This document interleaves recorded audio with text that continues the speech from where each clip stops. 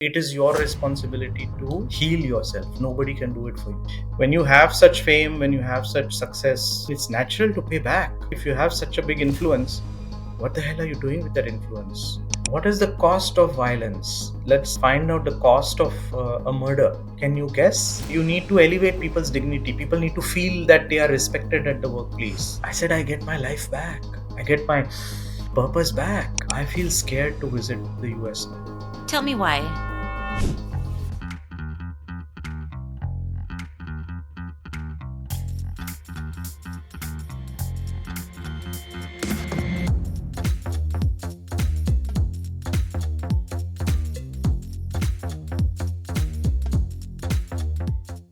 Hi, and welcome to Indian Explorers. In this podcast, we talk about Indian success stories.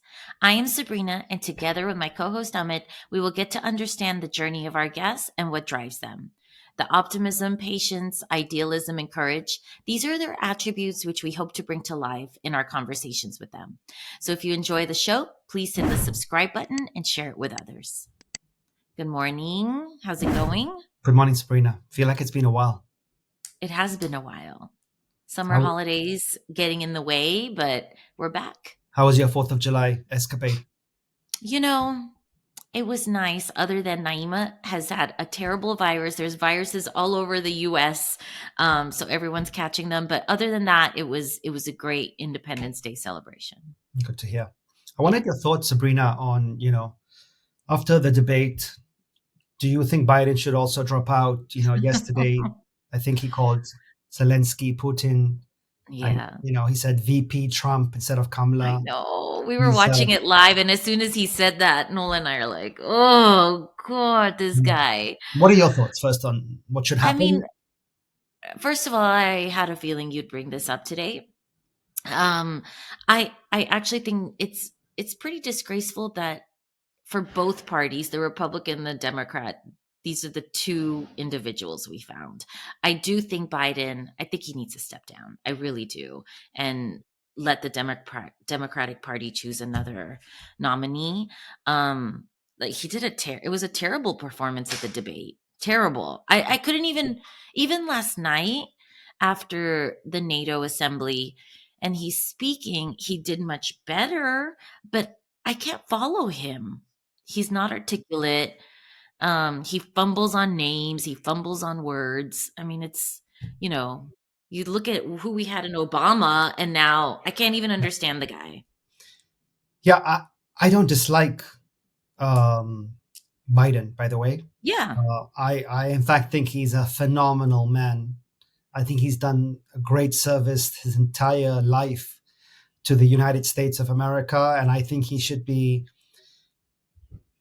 resign gracefully. Everyone will just applaud him. I don't think he's had a bad presidency. I think he's done great. No, I think he did say last night that, this is not about my legacy, but come on. Yeah. I mean, this is about his legacy too. I thought after the whole Roe versus Wade, I thought Biden was just going to take the election. And then his handling of immigration, his handling of the wars, his constant support for Israel and funding of Israel, the way he left Afghanistan. I mean, I think Trump is going to win easily. And then after the debate, now even the polls show it. Yeah. And the guy now, the fact that he's not quitting, the fact that his wife, Jill, Dr. Jill, is allowing him to, what was so cringe was when after the debate, Jill goes, "You did so well, honey. You answered every question correctly."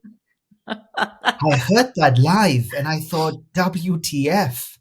Well, because what are their expectations before he goes out on stage, right? It's like, please don't screw this up. Please don't screw this up. You don't talk to your 11-year-old. I don't talk to my 9-year-old like that. I talk to my 4-year-old like that. Yeah. And you're talking to the leader of the free world like that on national TV? Did you watch the entire interview yesterday or when he came out and spoke after the assembly? I did. Much okay, better. So one of the questions was, you've all we know that this is a 24/7 job, Yeah. but you made a comment about, maybe it's time you start going to sleep at 8 p.m. Yeah. I literally just started laughing because I was like, how is he? I know he has great staff around him who does so much, his chief of staff, everybody, but this is a 24/7 job. And I can't imagine at the age of 81, Yeah. that It's not he like we're can in go peacetime. 24/7 Yeah. and his body can handle that, his And body and mind. we're in 2 wars. He's got access to the nuclear code. He has to challenge Putin. The Chinese can do whatever they want with Taiwan tomorrow. Nothing's going to happen. So Yeah. I think you need a younger president. I'm not saying Trump is great. The fact that a I think they're criminal, both reckless, honestly. For both Yeah. of them to be in the White House right now would be reckless. but the fact is one of them is going to be in the White House, Sabrina. Yeah, no, I know. And that's why I said it's a disgrace. It's a disgrace, it really is. Yeah. Yeah. The greatest country in the world, Sabrina. I know. It I still know. is. It still is. Everyone It admits still it. is. And I think it will still continue to be. But let's see. Let's see what happens. I mean, I think the next few months are going to be very interesting in this country.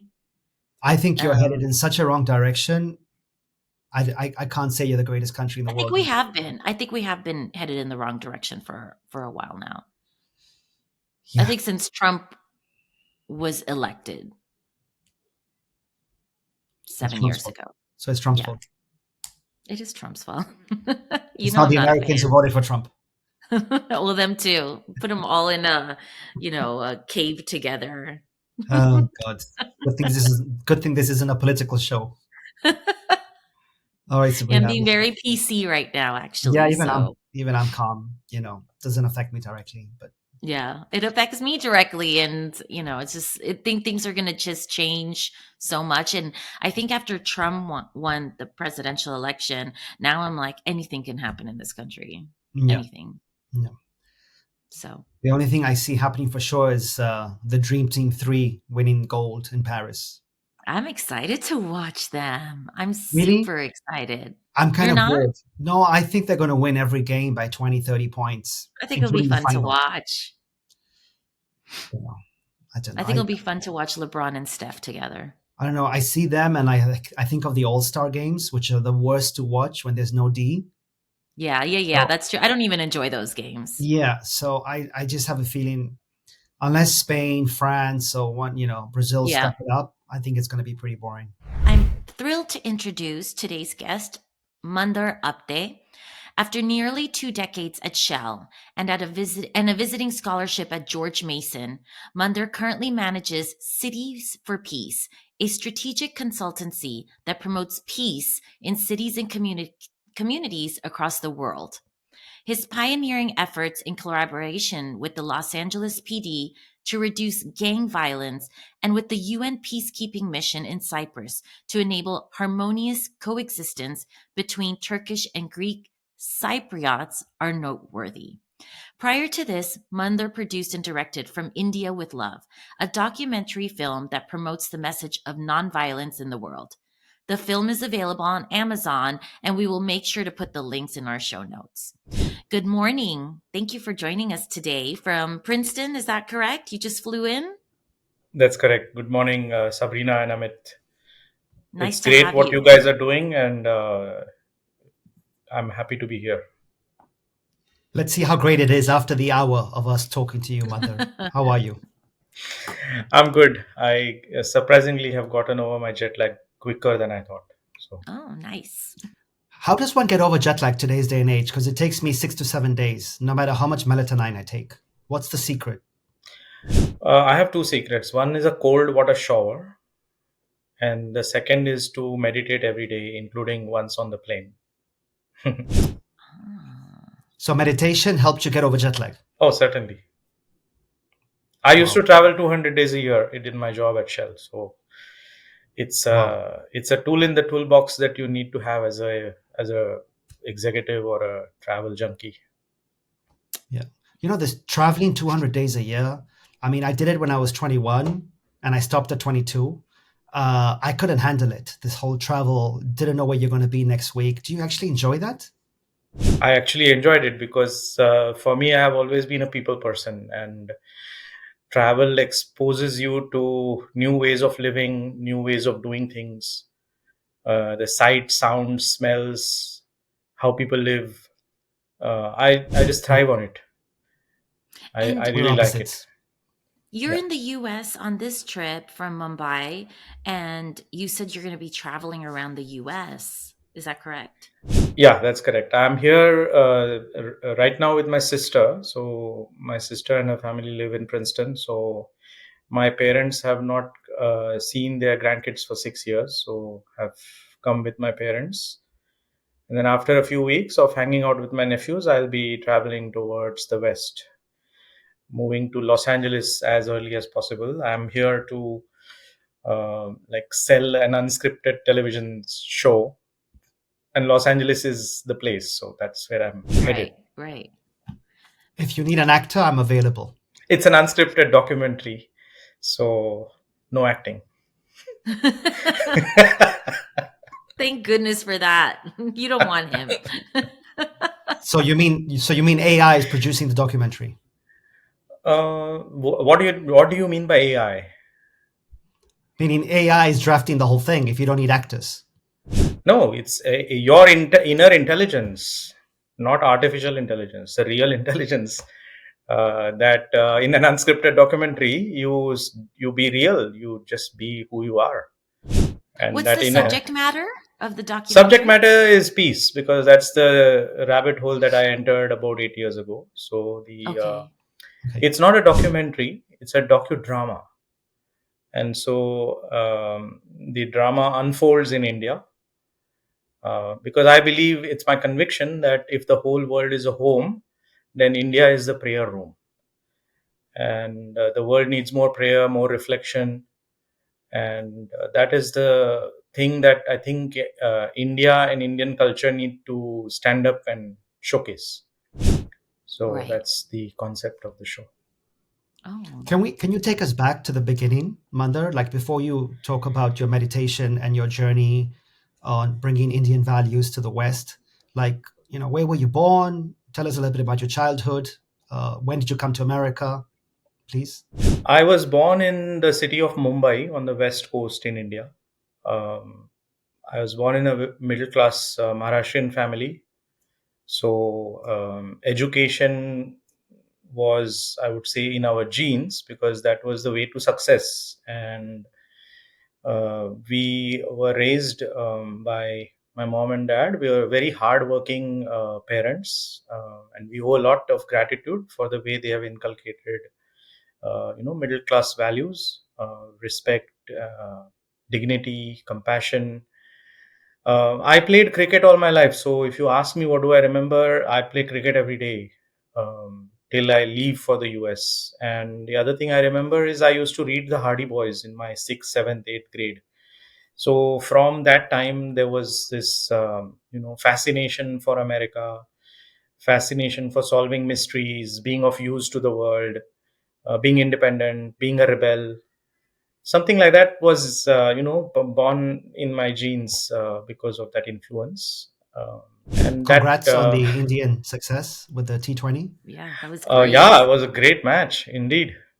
In nail biting Was the finish. ca- was the catch valid, or did you think that his shoe touched the boundary? The catch. I don't think there was any controversy, at least not in my mind. You didn't see later on TikTok and all the No, social no. media? Well, TikTok They is were banned in showing India, so close-ups. TikTok is banned in India. Oh, So I did not see it. That's right. did you see that, Sabrina? The No, I catch? didn't actually. I've never seen an Indian man catch so well. I An mean, Indian woman I thought it was has. An Indian woman has. oh, I That don't was watch cricket. actually, that was a more difficult catch. Harleen Deol is her name, I think. What a brilliant catch that was. This was as well, but yeah. Yeah, I mean, I'm not a cricket fan. Like for us, for Sabrina, it's soccer. For me, it's football. Same sport. But I thought I watched the whole cricket tournament, and I thought India deserved it. Like clearly. But actually, I was more impressed with Pakistan uh, losing to US. I I know. thought That that was was. I actually amazing. laughed. Yeah, I thought that was quite funny.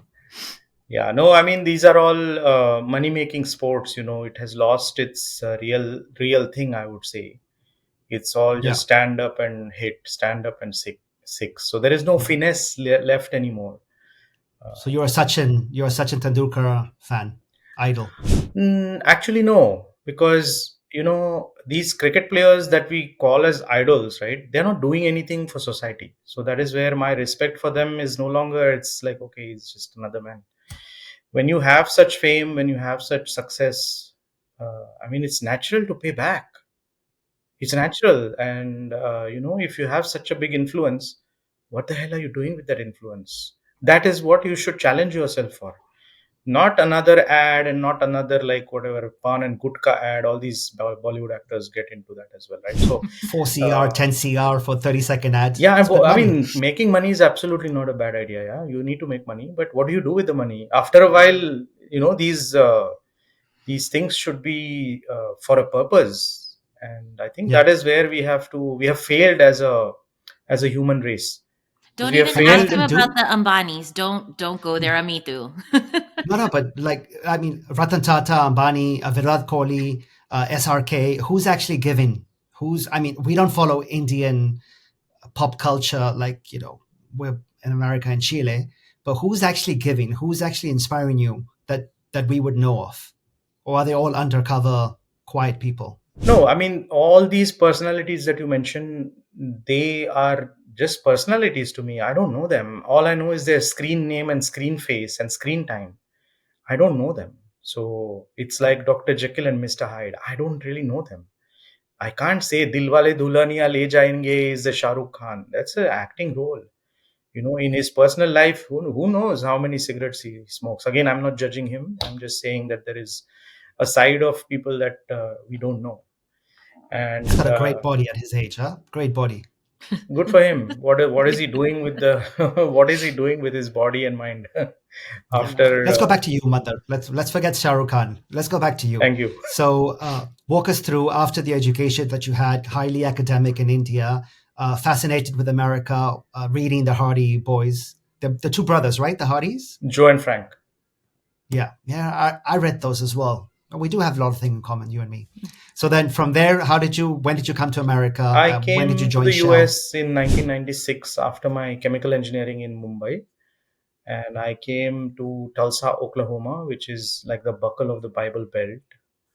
And the America that I was seeing was the CNN, the Baywatch, like all these, Hollywood movies. But Tulsa, Oklahoma is absolutely nothing like that, right? So that was like a reverse culture shock. And I still remember people used to ask me, "Hey, you speak good English." I had gone to register for my classes, and this Oklahoma lady at the registration desk, she said, "You speak good English." And I remember I told her, "So do you." And she was so shocked.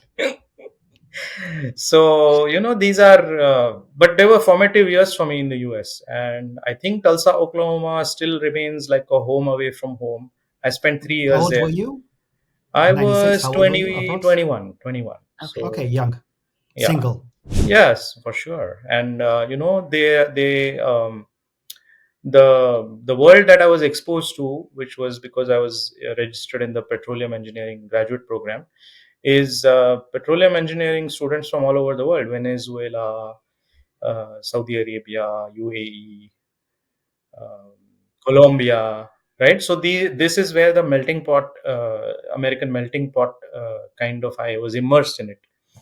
And that is where you start appreciating the land where you came from. I still remember people used to ask me about Gandhi, people used to ask me about the partition of the country. I didn't have any answers. I didn't know anything. So I remember spending hours in the library, in the Tulsa University library. And funnily enough, they had all this. They had all the literature that I was yearning for.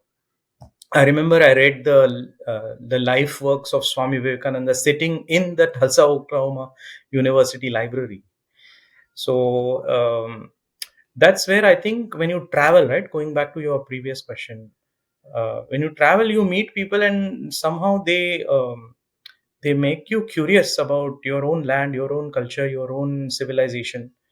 And if you're open to it, it opens a can of worms, because none of the what I read in Tulsa, Oklahoma about India was taught to me or I was exposed to. So that is where you kind of relearn or unlearn what you have learned. So for me, that is the beauty of travel, is it recalibrates you. You start Got looking it. at your own life, your own world from a whole different perspective.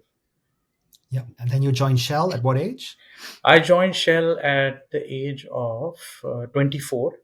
Okay. And they're all over. And then I So stayed which there for city? about 20 years in Houston, Texas. Houston. Okay. And And how many years you were there with them? almost 20 years, in the belly And of the beast, I as an say. engineer, correct? Started out as an engineer. My research was in the national interest of the US. It was sponsored by 35 oil companies from all over the world. So Wow. I I hope you got joined. equity. I joined Shell's research lab. I joined Shell's flagship research facility. No equity, because you sign up certain NDAs, right? So you take your IP, but the uh, the owner of the IP is the company. Okay. But you could invest in the market. It was a public company, right? If you wanted to.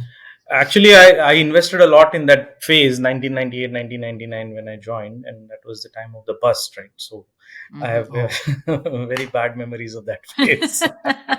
We'll move on. You're So gonna. tell us about your experience at Shell. Like, Well, what you did, the beginning, the what you first learned. first learning for me was, this is a cyclical industry. So oil price goes up, they hire you. Oil price goes down, they fire you. So you are always like, preparing your exit of sorts. And so I survived so many dips and ups for about 20 years. I was in the belly of the beast. My first experience, Amit and Sabrina, was there is a huge generation gap when you get hired into such companies that are in the cyclical industry. So as a graduate student, I used to come to work at about 8:30, 9 a.m. And my then supervisor, he used to say, "There comes the prince." Because he used to come at 6 a.m. and he used to say, "I've already finished 3 cups of coffee." So, it was like, okay, but I'm not productive at 6 a.m. I may be productive at 4 p.m.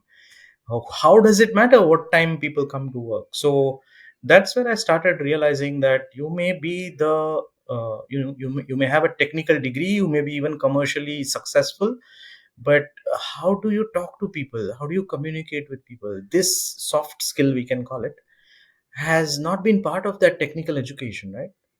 So that's where I started realizing that um, we need to promote human values at the workplace, not just DEI, these buzzwords that America has created. 20 years ago, I was introduced to them at Shell. Diversity, equity, inclusion, these are great words, but at the bottom of the pile, in the lower strands of the organization, nobody understands them, because the middle management has never created a culture where DEI is respected.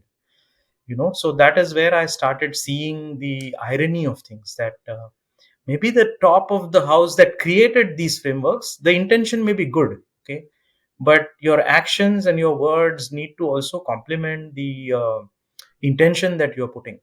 The Like intention is to now increase the share price. now Correct. But now, see, 20 years later, America is still in this DEI frenzy. As Sabrina may know, she lives here. Absolutely, yeah. So I thought that was woke. I thought that was like now no longer the last 2 years. No, it's still Still there. there? Yeah, and well, I feel it is woke, and it is woke because it has never been demystified. right. So, what I felt, which I also wrote about, is the D needs to stand for dignity. You need to elevate people's dignity. People need to feel that they are respected at the workplace. The E stands for equanimity for me. Like, are you able to manage your emotions, or are you just like trashing things just because you are so great? So equanimity, like, how do you hold your internal world? How do you hold that grace that you carry? And I, for me, stands for interdependence. It is Oh, I no thought you was longer going to say India. independence. I Well, thought you were going to say in India. India, yes, it is. I think the value system, the world can learn a lot from India. That I still stand for.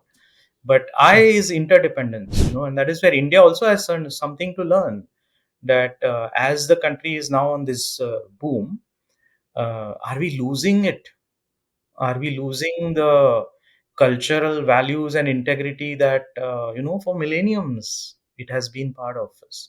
Like when I went back to India, Amit, um, 4 years ago in the pandemic, and of course after the lockdowns ended, my childhood friends said, "Let's go out, let's meet up." And where was the place chosen? KFC, of all places. I've never been to KFC in my 25 years in the US. So that's where I It's think, yummy. well, you can make a taste for anything in life. So Where would you want to meet? At the club? where would I want to meet? Yeah, Whom? instead of Depends KFC, on which is whom. obviously the You? American brand. Where would you want to meet, like, your friends when they called you? A nice Udupi restaurant? A nice Okay. dosa? A nice filter Yeah. coffee? Yeah. Ooh, I'm all about that. Those are still very much there, right, in India?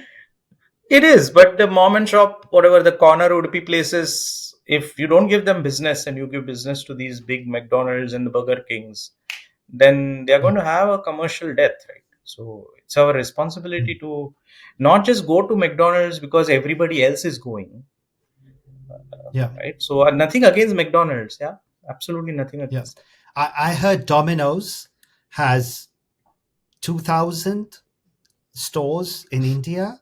It has 6,000 stores in America. But in X number of years, Domino's is going to have 10,000 stores in India, and it's going to Wow. be a larger market than America. And Domino's in India, a large percentage of people like eat, dine in. It's not just takeaway. Oh, wow. I I didn't didn't know know that. that Pizza Hut has that dine-in place, but Domino's that I have seen, at least the Yeah, Mumbai ones, they're all delivery takeaway. because of the rental. But if you go to Pune or you go to the tier 2 and tier 3 cities, all the students meet up at the Domino's Pizza after school, and they chat over there. It's their new Starbucks. Yeah, I mean, there's that whole 4 years that I have now relocated back to India during the pandemic. Uh, you can feel the buzz, like that India rising buzz. You can feel it, and in many places, you feel that the UPI, like you can pay. Even I would say I have bought a 2 rupee item using UPI. So What is it's like UPI? Apple Pay, Oh, Apple Pay, Apple Pay. digital Google Pay, Okay. wallet. Google Pay, Yes. Google Pay, Yes. Yeah, Got it. Google Pay. Google Pay. Yeah. Well, Google Pay because most Indians use Android, so Yeah, Oh, Apple's yeah. for the echelons. Yeah. it's true. My mother-in-law in India I was like, "Oh, mom, I don't have cash." She goes, "Don't worry about it. Send me a link." And they send her QR code. And with her phone, she just quickly in 1 second pays. And I was like, my mother-in-law does that. Like, India is really advanced. Yeah. You pay even the small kirana corner shops. Correct. You're now paying them with QR codes. Correct. And that you can And say everything is done through the WhatsApp. digital literacy, the penetration of the digital literacy is just one of the examples that, you can leapfrog, right? You don't have to Yeah. write. America still is writing checks. Yeah. Yeah. Small percentage, but yeah, Crazy. they're still writing checks. Yeah. At my tax office, everyone pays with checks. Really? Yep. No. Well, you're a Texan. Yeah. And then one So, more thing I would say, if you ask me the contrast that I see, right? I feel scared to visit the US now. Tell me why. guns or what are you scared of? All kinds of things that are happening. Guns are the cause of it, but the homelessness aspect of it, the shape of your towns has changed, the demographics has changed. I feel scared. I really felt scared the last few days. Wow. We just got back day before yesterday. We were in New England, in Boston, and then Portland, Maine. The homelessness has increased dramatically. It was so sad to see. I mean, In Boston? Boston, yes, and then Portland even more. I mean, I was just shocked. I mean, I heard San Fran's bad as well. yeah, really, really sad. And you're right, the gun violence, it's sad. It's really sad. So tell me, this is where I want to, like, maybe this is a good place to segue into. You said about 8 years ago you started down this rabbit hole of peace. So what was the inspiration behind that? What motivated you to? I didn't finish the So shell story, but okay. Well, I think it's probably connected, right? it's connected, and the way I feel your question is like, there is no one moment. So I feel like all the events that were happening behind the time I left Shell were preparing me for that kind of exit.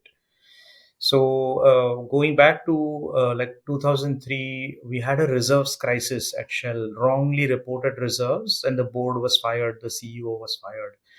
It was like the BP disaster. You were embarrassed to speak that you work for BP, right? In that Gulf of Mexico disaster that happened. So But the 2003. auditors, like the KPMGs, the big five, made a mistake, or the CEO and the management knew and still declared it. First question I cannot answer. Second question, yes, they must have, because they got fired, right? So this was 21 years ago now. So exact details I don't remember. What I do remember is at the bottom, because I was just a newly hired petroleum engineer, it was embarrassing to tell people that you work for Shell. So what we did was we started thinking about how can we be more responsible and ethical at the workplace, because a mistake at the top of the house had impacted us at the bottom of the house. So that's where my pivot started. So I started looking at, can I apply certain of the Indian wisdom or the Indian cultural aspects that I was learning through my own quest outside of Shell. For example, I had just done a meditation class. I had never done any meditation classes in India. My teachers were a white American couple, and I was just intrigued with their dedication.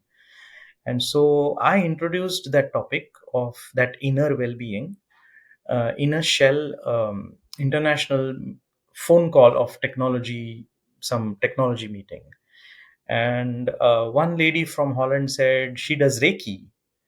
And one lady from Singapore office, she said she's teaching pranayama practices. So we just had that epiphany, Amit, that we were all doing such things in our personal life, but we were not talking about it at the workplace. It was like a taboo. So 2003, we met the Shell CEO, and he said, "Do it, bring it on, but keep it grassroots." Okay, so we created an employee initiative called the Aware Initiative. It stands for At Work as Responsible Employees, focusing on self-awareness at work as responsible employees. Okay. And the logo that we created was a Shell Nautilus going inward. So that was a grassroots. I thought it standed for AI. No. What's up with this AI? You I know. bring it up over and over again. No, because A and I, right? You mentioned the two words. He loves talking about it. Yeah, I think it's going to affect change everything. But yeah, go on. Yeah, but inner intelligence, again, I come back to that inner intelligence. So what happens when you invoke self-awareness, when you are more conscious, you are more in touch with your inner self, your inner quality. You don't have to fake your qualities. This is how you are. That is something that comes from inside, I would say, right? So that is when a mistake happens. Let's say when a mistake happens, I'm sure, Amit, you don't do any mistakes. When a mistake happens, after that happens, you say, "Oh shit, how did I lose it?" Right? Unless you are purely evil and that's what you believe in. I don't make small mistakes. Only big ones. Only big ones. With his wife. Yeah, and that hurts even more when you are doing mistakes with your own loved ones and your family, right? And it could be as simple as, let's say I'm doing this interview and my mom comes and says, "Hey, coffee is ready." And I will say, "Hey, I'm on an interview." So later on you go and say, "I'm so sorry, I should not have," whatever. Right? So when a mistake happens, number one, you are not conscious. You're not conscious. And if you raise your consciousness, then mistakes will go down. That's the theory, right?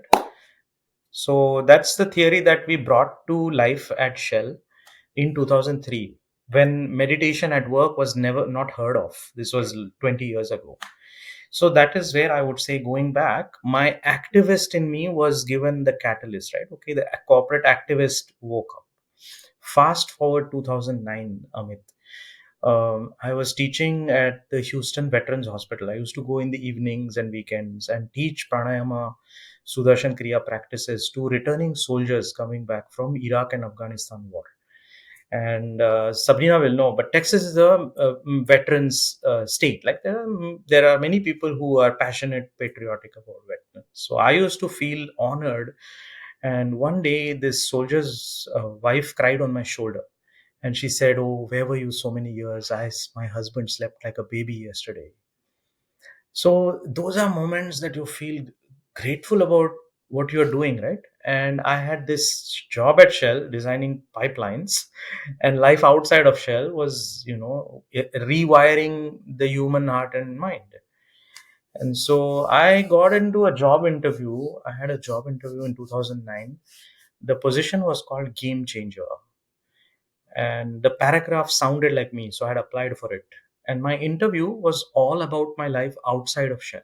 But the So Game Changer interview was within the Shell company. yeah, within the Shell company. Okay. It's like a job marketplace, right? Inside the marketplace, you can apply. Right. So my boss asked me, "Why do you do this meditation training for these soldiers?" I said, "I get my life back. I get my purpose back." So he said, "Why don't you teach at work? I want to hire you, because innovation is also about mindset. So use your inner chocolate of meditative practices, a wrapper of creativity and innovation and entrepreneurship." And that's the turning point in my Shell career, that I had met a boss who was giving me the invitation to bring my personal life inside the workplace and creating a space where my whole self was feeling honored. What a I was unique not, experience it within was an such a amazing large experience. Yeah. organization. Amazing experience. Yeah. I think And it's the sexiest title I've ever heard. Game changer. Hey, what do you do? I'm a game changer. and that was on I my think it's business such a card sexy for title. many years, right? So It's a Game Yeah. Changer. Forget the equity, forget the salary. I'm a game changer. I'm a game changer at a multinational.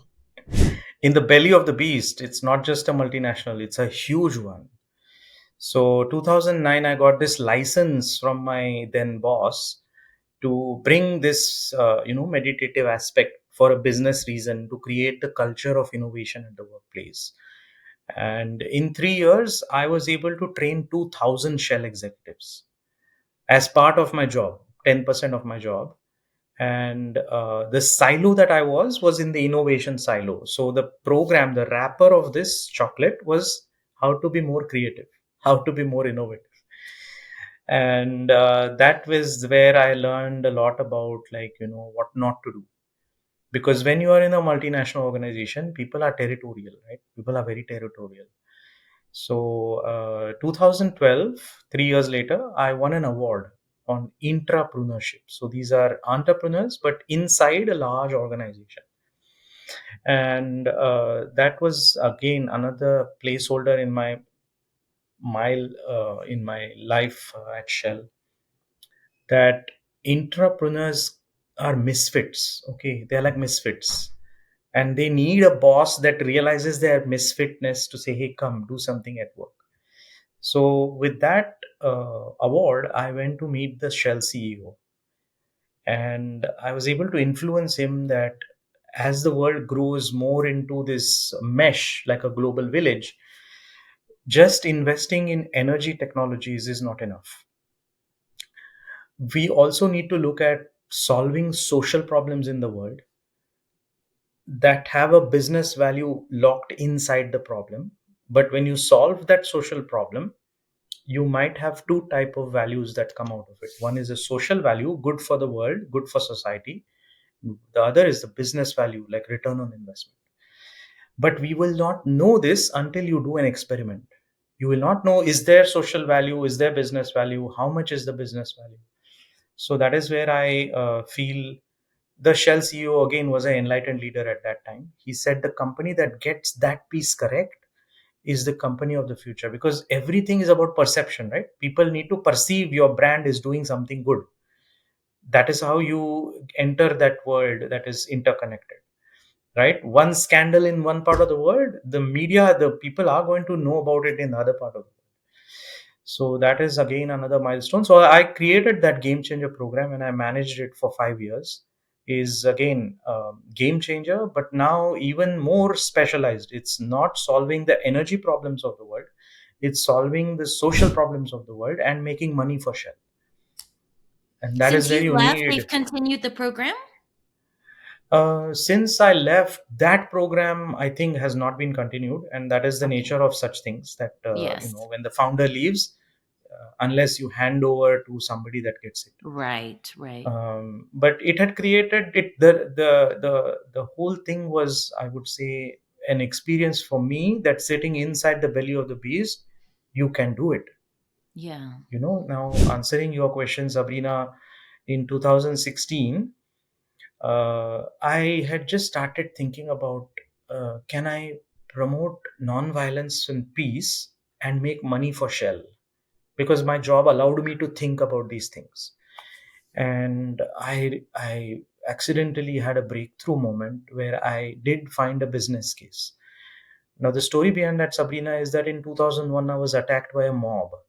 A mob had attacked me in Nigeria when I had gone as a petroleum engineer, and a very scary moment. I had barely escaped.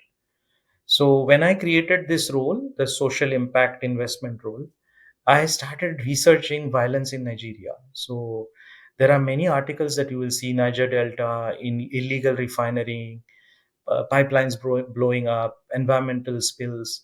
And the business case that I discovered was, when there is violence in Nigeria, oil pipelines are siphoned off. So there is a black market for that oil.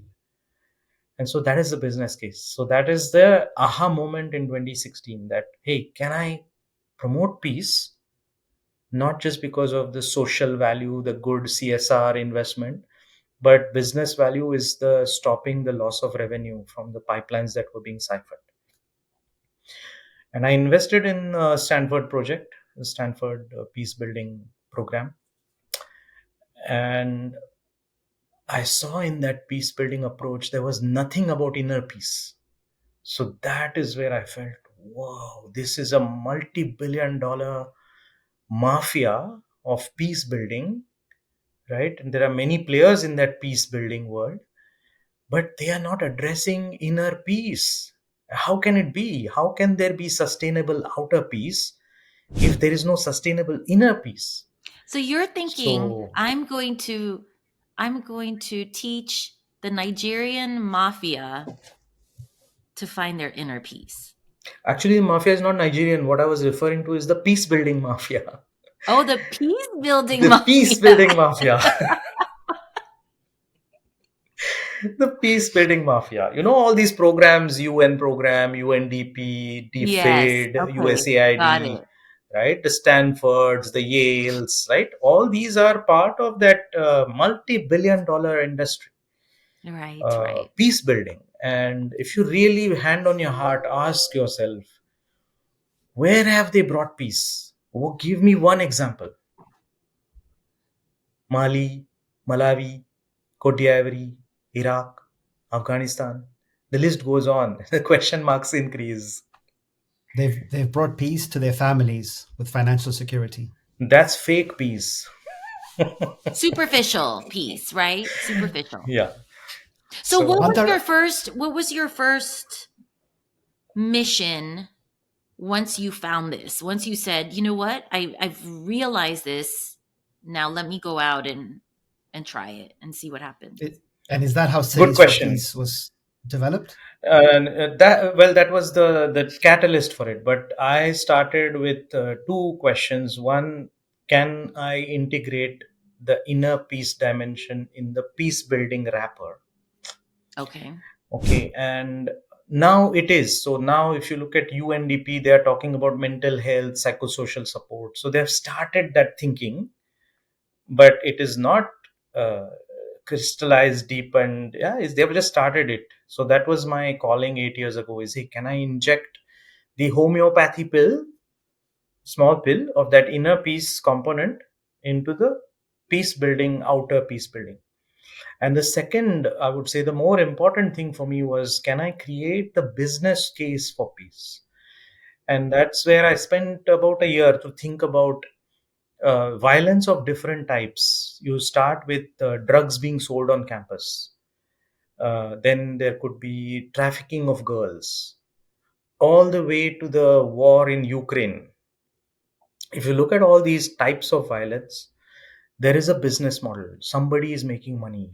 That is why drugs are being sold, girls are being trafficked. Ukraine war still goes on. So, can I create the business of peace? Can people make money and promote peace, compassion, happiness?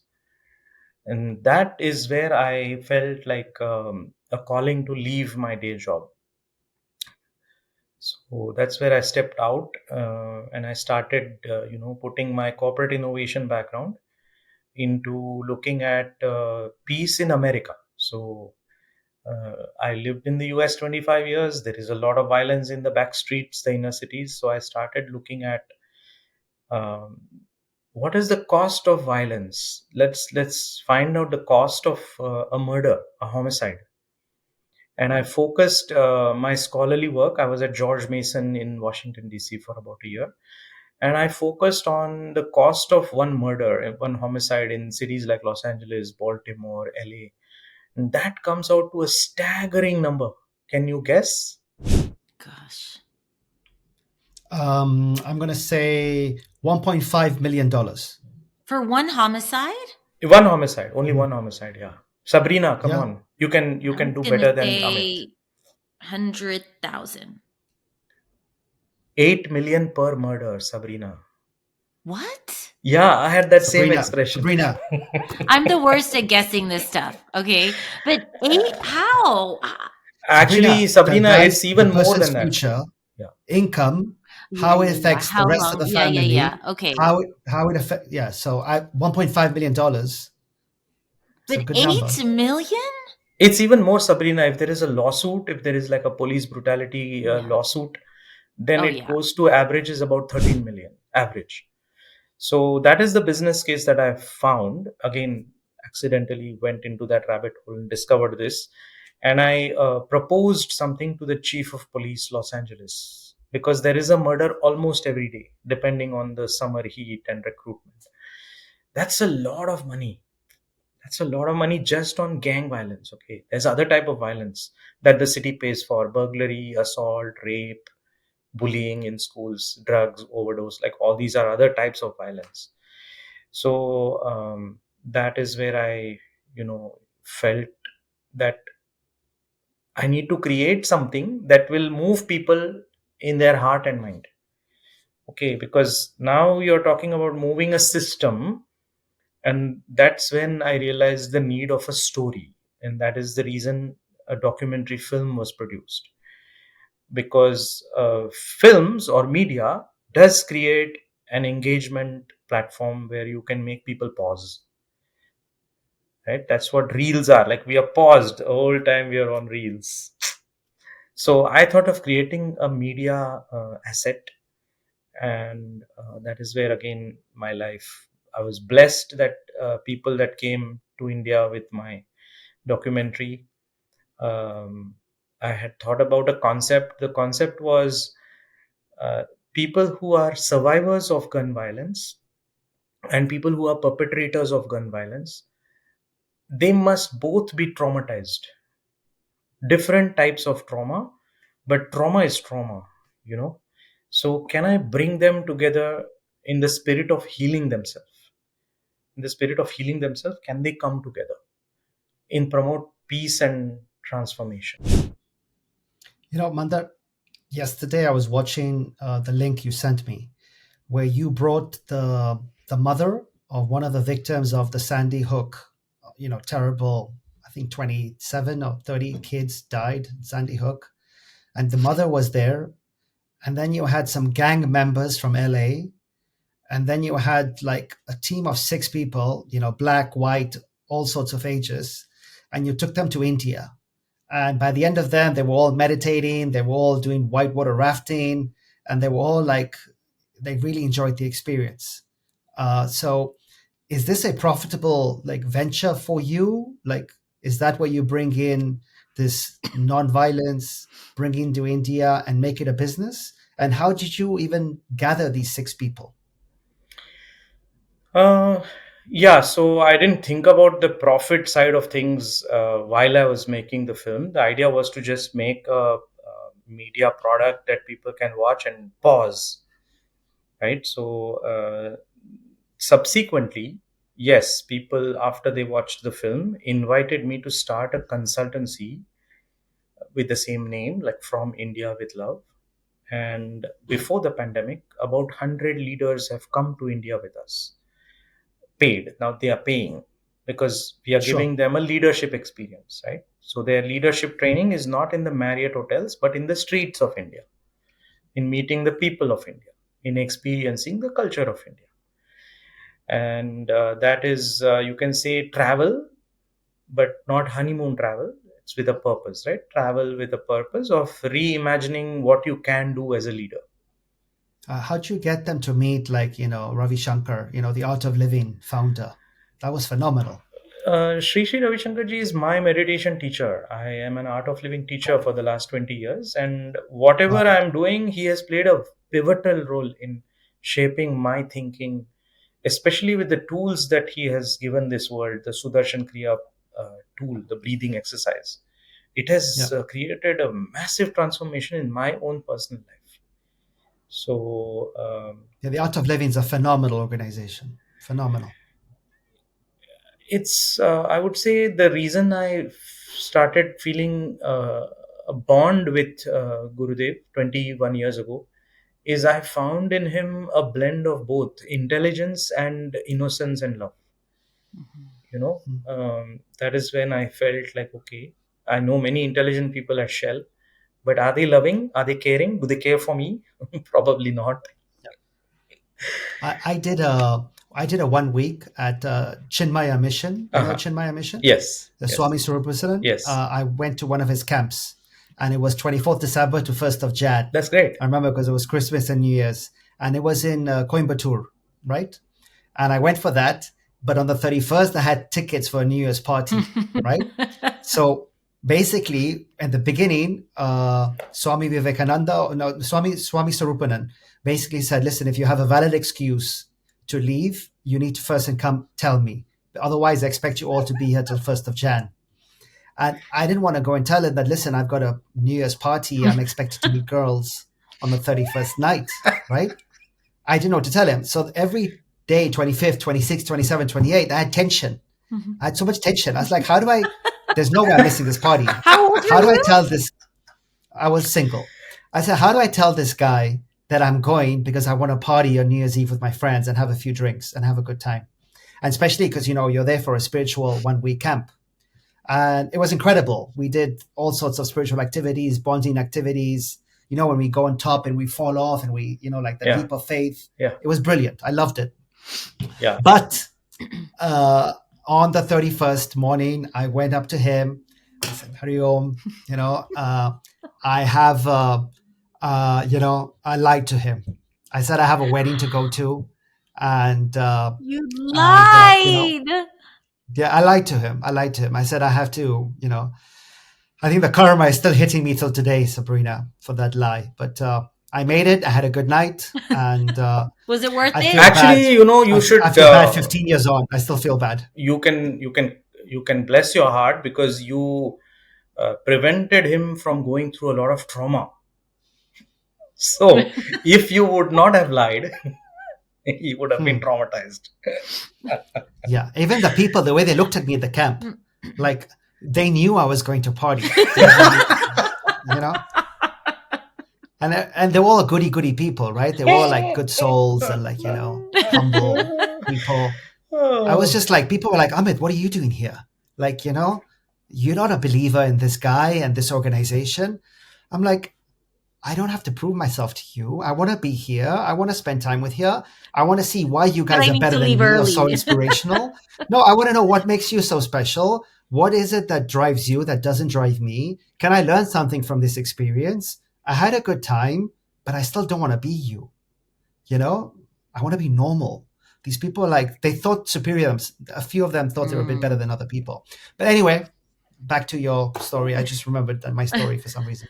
Sorry. No, I think, your story. Thank you for sharing. See, what you just did is you completely made yourself vulnerable, right? You could have been goody goody with us also, but that's the life we should all aspire to live. You are just being real. You are just Yeah. being a human, and it's okay. Mistakes happen. It Your wasn't a mistake. reason. See, I it would do it all. again. It all. I would say. I'll give you an anecdote. Now I teach gang members. I teach people who are victims and survivors of violence, especially people that I've met in the LA gangs. You might think of them as bad, evil people, murderer, mass murderer, whatever that label is. But if you peel into their story, then you will see that the intention behind their act, was it evil? Question mark. Okay, so now I go back to your own story. Like, okay, you lied, but what was the intention behind that lie? I think it all boils down to that intention. Okay, so I'll give you one story. One of the people that I taught online last few years meditation practices was 44 years in prison, in California prison, 44 years in prison. And he was not just a gang leader, he was like a queen bee sitting inside the prison managing everything else, whatever that name is for that. So I became friends with him. He loved the kriya practices that I taught him, and I asked him for a one-on-one chat just to know like what happened in his life.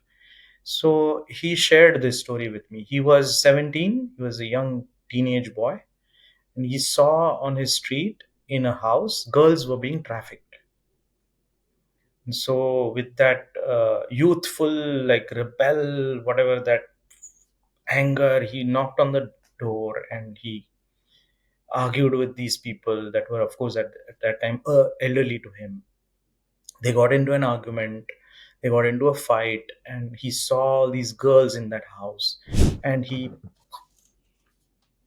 okay, so and he was He killed the arrested. guy. He was arrested, and yeah, he went in jail. So now Yeah. you ask yourself, like, what was the intention behind Yeah. this guy Phillips questioning these people? He was not a bystander. He was definitely courageous to go into this house.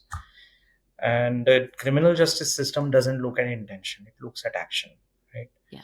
Do you want such a person to live on your street to protect your girls, your women, your children? I would say yes, of course. What do they not have is the ability to manage their negative emotion, Yeah, right? he should have called the police instead of dealt with him himself. Yeah, but if something is happening, you have to take that responsibility also, right? Mhm. You can't say this is what he should have done because you're not part of that scenario that is unfolding. So it's very easy to But say he should have called the police, but in that heat of the but moment. but he took the crime, he took the action, and therefore he is now responsible for what happened to him. Right? I mean, as per the law, Yes, yes, we live in a society where we have to yes, follow the law. yes, Unless your name is yes, Trump, you can get away with it. But otherwise, you know, and he killed somebody. He could have injured them. He didn't have to kill them, right? yes. I'm not defending at all I'm saying is the intention behind actions is sometimes ignored. Yeah, correct. His And intent was the right one yeah, to and stop so was your trafficking. intent in your party. So was your intent. I don't know how you bring the two stories together, but I like you Intention. for I doing come that. back to intention. Your intention Yeah. might be to stab someone, or your intention might be to do a surgery on somebody. It's the same. The action is the same. Knife, cut. The intention is different. Action is the same. So that's where sometimes we become slaves of the situation. We become slave of the unfolding moment. right? And that is where we have to learn how to manage our negative emotions. That is where, if you go back 20 years, the activism that I started at Shell, ethics, responsible behavior, leadership is all about the present moment. Like, are you equanimous at the present moment? Because you're making a decision, and that decision can affect not just that person, but the families of those people also, right? So that is where it comes back to being emotionally, mentally, spiritually, physically available in the moment. And that gift, you can say that gift to the world comes from the wisdom of India. And if we do not take ownership of that wisdom, that culture, that tradition, number one, it may die. It will fade Number away. two, it may get misappropriated. Like this word mindfulness that has now hijacked America. What the hell is mindfulness? Actually, that state of mind is mindlessness. There is no mind. So most of these mindful people are all white American teachers. Have you ever met a person of color teaching mindfulness? I have not. Right? So now No, you're making me mindfulness, think like about what that. the That's so hell? funny. Yeah. What I've the never had hell? a teacher of color, Sabrina. Like in my schools, I've never had a teacher black. In England, they were white. In Las Palmas, they were white. I've never had a colored But teacher. you're talking about a teacher as in a history teacher, geography teacher, like that, right? Yeah, I'm yeah, yeah, talking yeah, You're about a yeah, talking yeah. about mind well-being mindfulness. teacher. I'm talking about mind Yeah. well-being Yeah. teacher. Sabrina So, is my mindfulness, my life coach. well, you're That's why lucky. we do these. That's why we do these You're episodes. lucky. I But yeah, always you feel you understand better what I'm saying, right? after If the we do hour with not take Sabrina. we do not take control of this knowledge, this wisdom, we will not even feel proud about it because we don't know it. If you don't feel proud about that ancient culture, then you will not preserve it. Success. What is your definition of success? My definition of success, just I would say, have a happy life that you're not regretting, you're not blaming, you're not making other people feel guilty, you're not feeling self guilt. So, success to me is just living a life with no negative emotion, because these negative emotions are massive on your shoulders. Blame, something happened to you, self blame, you did something, you feel guilty, self guilt. They're all huge emotions, and it is your responsibility to heal yourself. Nobody can do it for you. And if you don't heal yourself, then like the wisdom of the hood is hurt people, hurt others, Hmm. right? So I you're wanna, I hurt, wanna. only you can Yeah. heal.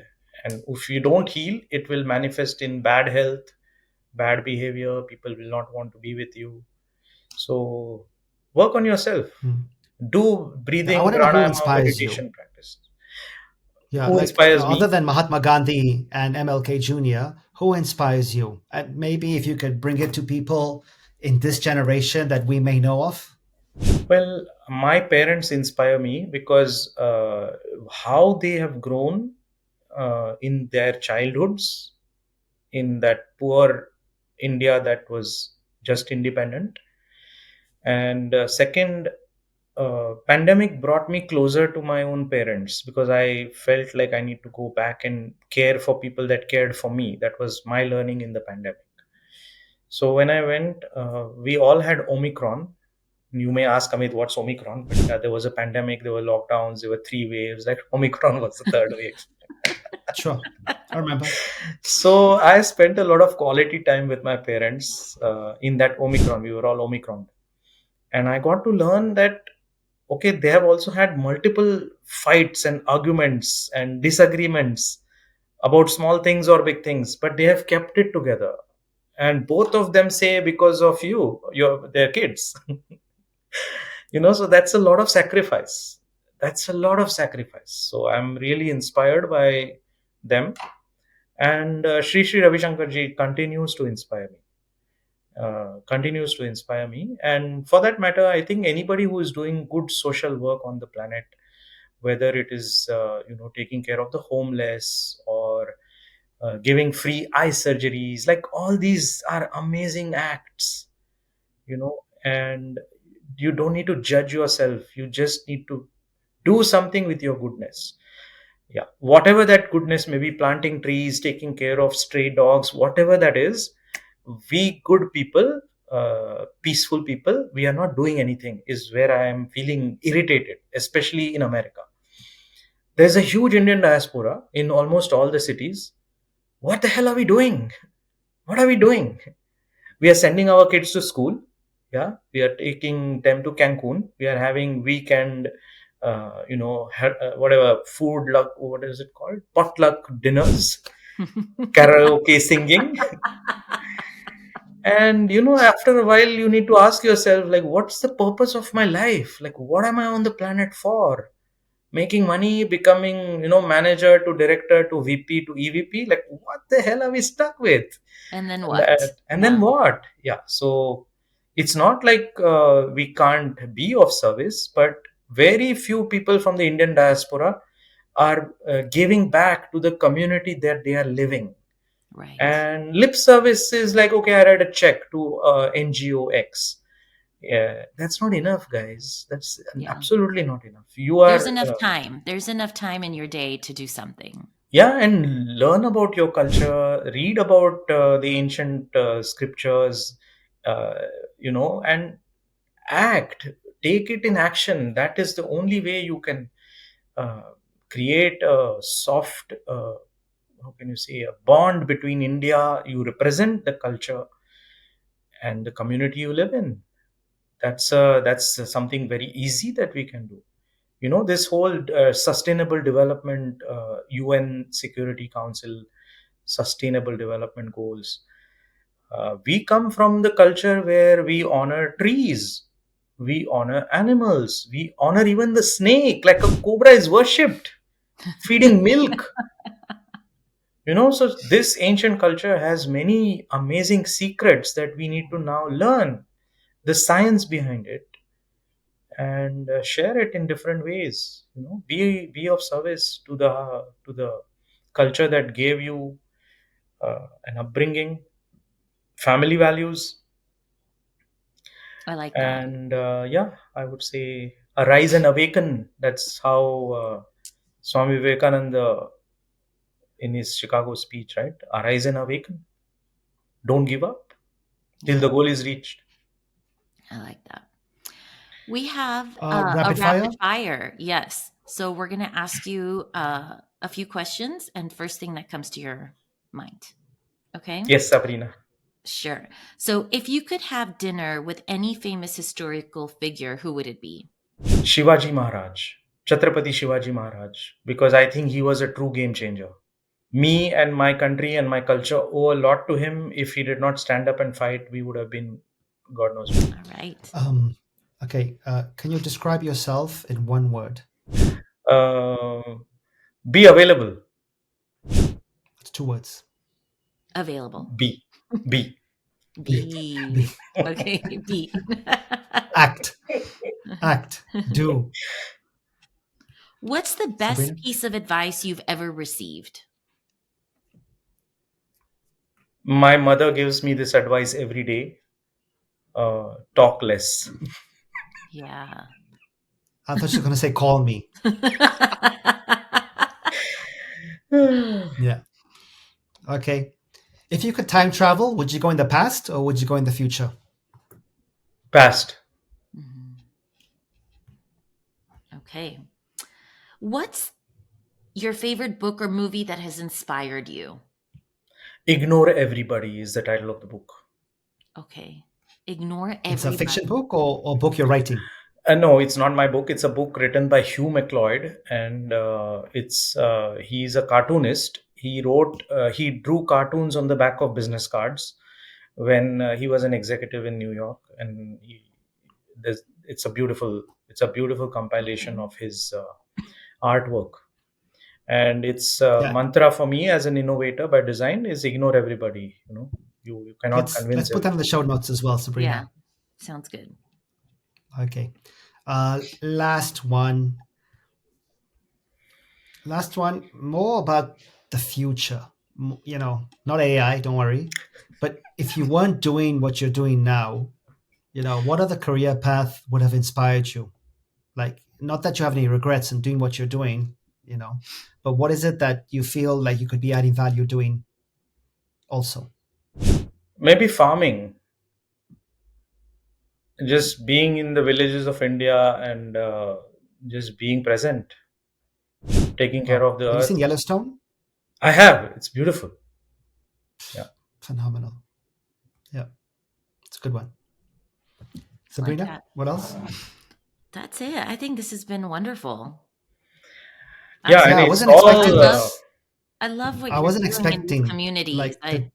I wasn't expecting the direction we've taken with this conversation. It was really refreshing to hear what you're doing, and it's made me think a little bit more about what it is I'm doing, and I'm not too happy with my direction. Why are you laughing? I'm just saying that. Lately, No, this I gotta be seems to real. be a recurring theme of yours. It is. Because It we've had is. such It is something. phenomenal guests like you, Mandar. Yeah, that something's not right. Yeah, something's not right. I Yeah. feel like something's not right. No, I think The this change is coming, conversation, Sabrina. I actually enjoyed it a lot. It's one of, Yeah. I've done many such podcasts, but Amit, you have this inherent ability to keep things cool and, create a space of warmth and love and light. And it's beautiful, dude. It's really amazing. I appreciate that. It's easy when you have a co-host like Sabrina, who every time there's a guess is going to guess so wrong that it just makes my confidence. It gives me confidence to it's play. $8 million. Ridiculous. Yeah, there's money I to knew be Sabrina made. was going to go lower, and I knew your number was going to be higher. I knew it. So I love playing these games with Sabrina. It's been a blast to have Really you shows on. my intellect. Yeah. There's money to be made. One of my well-wishers, elderly gentleman in India when I grew up, when he heard about what I'm doing now, he said, "Your business has no end because violence will always be there. You are there for the long term." So, Mandar, I have a question for you. yeah, Like, it's something that I've asked before, and so far one person answered truthfully, and it hurt Sabrina, which is why I leave it for the end. Yeah.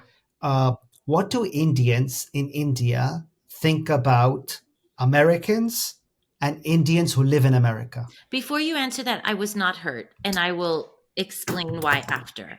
But you could be completely honest. I think what's the general perception? We cannot make a generalized perception about 1 billion and more people. Okay, so if you ask certain people, they will not even care because their life itself is a miserable and struggle. So they have spent no time thinking about America, right? So it depends. The answer to your question is I don't know, because you cannot generalize 1 billion people. People I meant, of my demographic, what do Indians people of think my of Americans, not Americans think of India? Like, Americans are what, 300, 320 million? So what do Indians in India think of Indians in America? Yeah, that's what I'm saying. Again, we will not be able to generalize this answer. It depends, because if you go to the villages of India, they will say, who cares, right?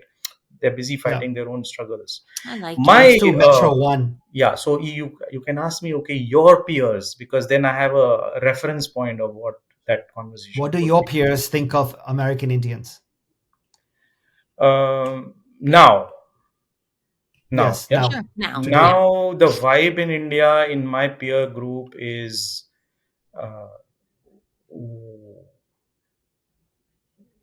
are they in a banana republic? Because India is on a rise. So 30 years ago, when I went to the United States, there was aspiration. I wanted Nike Air shoes, malls, like all these things are now in India much better than the American malls. At least you are safe. You don't know if you are safe in these malls. It's true. So people in my peer group, I would say these days, because the world has changed, it's really flat now. America really is on a downhill. So why are people of Indian origin not coming back home is what I would also ask. Like, I have enjoyed my 4 years in India. I have no interest in coming back. Yeah. I'm asking myself the same question. I live in Chile, which is even worse than America. And I'm asking myself every day that question, why am I not back in India? Now, the question is, do I have the balls to act upon it? Or am I just going to talk about it? You have time. Take your time. I have Mandar, time. I India's not appreciated. going away. I was going to Yeah, say I appreciated your correct. answer. I appreciated your answer and your delivery of it. Now, when he asked another guest, I think the delivery was, Aditi. yeah, I wasn't going to say the name. Oh, I thought her delivery was remarkable. I'm on No, her for side. someone who wants to one day open a business here in the US, to speak down about Indians in the US, but you want to come here and open a business and reap the benefits. That's what I was annoyed Sabrina, by. she was being honest. But then don't come to the US and become one of those Indians then. There's too much money in America not Stay to come. home. She's come there for the economic yeah. reasons. Her heart will still be in India. You know what? Find some peace and stay home then. Like, I was Let's agree annoyed to by the disagree. answer and the delivery of it. You know, I thought it was offensive.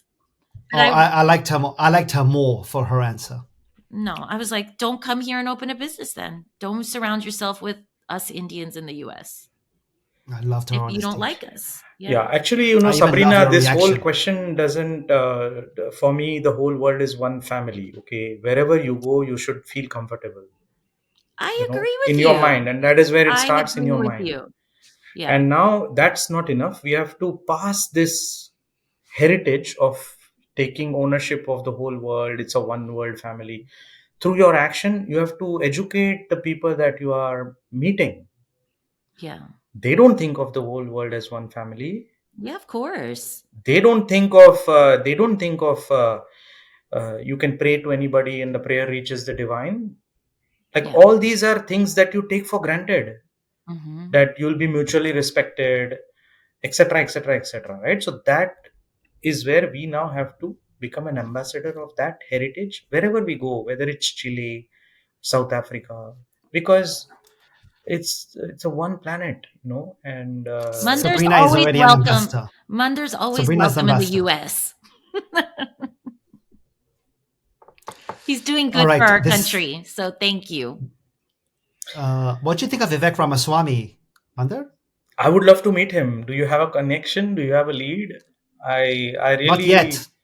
I feel I resonate with whatever he's speaking, and I try to keep my work apolitical, because Yeah, of course. my work is I mean, politicians and bureaucrats have never helped me at all. And I feel like where you need to go is DC, Washington, DC, and do your program on Capitol Hill. But the crime is more in LA, right? Than it is in No, It's Washington among- DC or Washington DC yeah, Southeast. Washington, DC. We have just finished training 135 victims and survivors of gang impacted violence in Southeast DC Ward 7 and Ward 8. So, Wow. yeah. And in my film, Sabrina, have you watched it yet or no? I have not yet. Okay, so watch it with I an will be American watching lens. It's available on Amazon in the Yes. US. It was screened by 4 congressmen, bipartisan screening, at the US Capitol 6 months ago when I was here, when I was in Wow, Washington. DC. fantastic. Yeah.